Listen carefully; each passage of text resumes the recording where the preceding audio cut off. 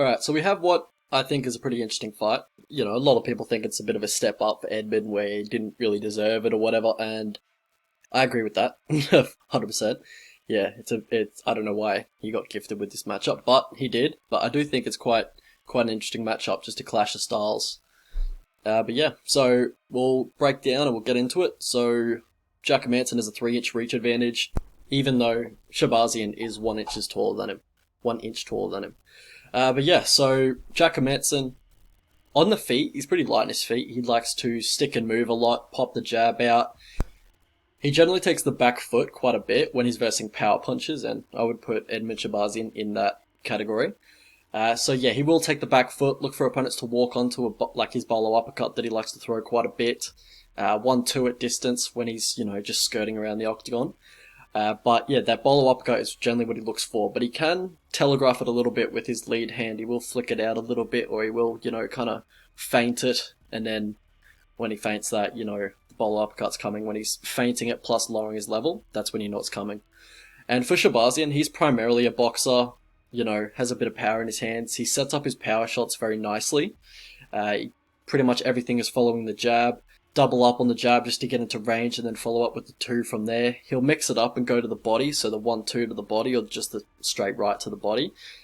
But, pretty much everything is coming down the pipe. He will end a combination with a left hook every now and then, but mostly everything is the 1-2 or the jab or the 2. And he will often overextend when he's not setting up his power punches or is just loading up on his shots. And we saw that in the Derek Brunson fight where he was just like, I guess he was just having trouble with the range and the southpaw stance of Brunson, but yeah, he was overextending quite a bit. Wasn't setting up his power shots, I guess, because the southpaw stance took away the jab, but yeah, it looked like it threw him off a little bit. And for Jack Hermansson, he probably has the better kicking game. Edmen doesn't mix in the kicks too often, but he has a nice body kick, nice inside low kick just to keep distance while he's on the back foot. But, a few things Jack does that could get him in trouble, especially in this fight, is that he will have his hands away from his chin when he is throwing combinations. So when he's throwing like a 1-2 or a 3-4 or a 2-3 or what have you, his hands won't return to his chin immediately. They just kind of drop momentarily and then come back a little bit later on. So he just needs to watch out for that, especially against counterpunches and, dangerous counterpunches such as Edmen Shahbazyan. And also, not really a big deal in this fight, but because Edmen doesn't really throw too many, but I think his lead leg is just asking to be calf kicked. Honestly, he has his lead leg turned in, which is kind of exposing his calf, just kind of flashing it pretty much. And he doesn't check leg kicks either, so, it's just something for the future. Edmen doesn't really target it. Yeah, so he just doesn't have that diverse of a kicking game. As I said before, mostly a boxer. So in the grappling exchanges, where it gets really interesting in my opinion, so both these guys usually are the ones to force the grappling on their opponents. So Edmen Shahbazyan, he likes to get that wrestling ride and then just keep controlling you from there pretty much. Mat returns. He'll turn it into a double leg on the fence, sweep the legs out from underneath you. But yeah, that was kind of on display in the Darren Stewart fight, and we know how Darren Stewart defends takedowns. It's not very good, but yeah. And when Edmen isn't fatigued, he does have good takedown defense. He has strong hips to shuck off the double leg, strong whizzer as well. He will use Travis Brown elbows if the opponent is stalling on a double leg with the head on the outside. You saw that against Charles Bird. He just finished him with brutal elbows on the fence. But that's not generally the type of takedowns that Jack Hermansson goes for, is those stalling takedowns. He's more of a guy that will get the upper body grip and then look for his Greco throws from there. He has really nice Greco throws, upper body takedowns.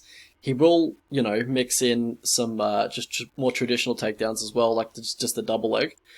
And that's more reactive though. That's more opportunistic when he goes for the double leg. When he looks to slip the jab and then duck under, drive through a double leg. He's not one of those guys who's going to stall on the fence and let you just tee off on him. But when Jack does get on top, he looks to work his way to mount. He's very opportunistic with ground and pound in scrambles. And also, he has good grappling cardio, so he can keep that pace up, and that's why he's so prolific with his ground and pound, and so, he's not worried about punching himself out, really, because, he's got a very good gas tank. So yeah, just goes ham on the ground and pound whenever he can, pretty much. And when his opponents try and get up from underneath him, he'll look to sit down into that arm in guillotine, and he's got a very tight squeeze on that. We saw him nearly catch Jacare in that. We saw him catch David Branch in that, who's a decent grappler himself. So yeah, I think his guillotine is pretty nice. And one thing Shahbazyan does do that is probably going to get him in trouble if he does it here, is that he will give up the back body lock. And he's done that in a few of his previous fights. And Jack Hermansson will look to grab the back body lock in a scramble and then look for mat returns from there, look to take the back from there, easy access. So he does need to be careful of that. How these guys win fights, so for Hermansson, he's got great cardio, great volume for 185. When he's not on the back foot, that's when he's doing well. I think he's doing better when he's on the front foot. He also has smooth transitions on top. He's got a good top game, and he's got a nasty guillotine. Yeah, as for the cardio, he's got a huge cardio advantage over Edmen Shahbazyan. Shahbazyan does have a good chin, though. You know, even when he's gassed, he takes big shots and wears them pretty well. But yeah, mostly it's the gas tank. He does have killer instinct as well. When he does get you hurt, he senses it, senses blood in the water. He also has got good takedown defense and good get-ups until he gets tired. Alright, so how these guys lose. So for Jack Hermansson, it's the striking tendencies that we discussed before. And for Shahbazyan, it's that he gasses after 1.5 rounds in a high-paced grappling fight. Also seems to wilt after a little adversity. You know, he's still young, he can make improvements. But the camp that he trains at isn't generally known for making too many improvements, if you know what I mean. So path to victory for these two.